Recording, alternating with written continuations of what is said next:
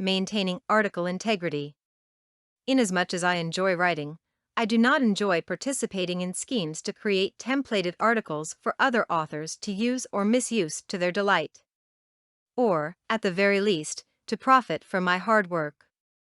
On occasion, I am asked by a client to take someone else's article, make some changes, and make it their article. Quite frankly, this smacks of plagiarism. I won't do it, so please don't ask.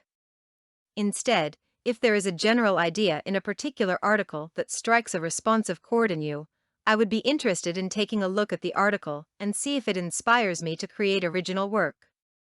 The key, of course, is original work, not a rip-off of someone else's writings and not a thinly disguised rewrite of the article.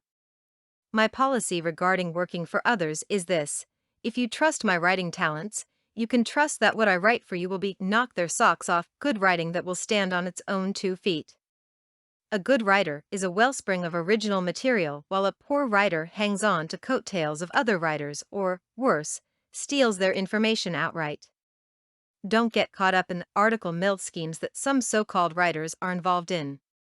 Your reputation is at stake and you will be found out. For more content like this, please visit learnforfree.biz. Content produced and distributed by AllSuperInfo. All rights reserved.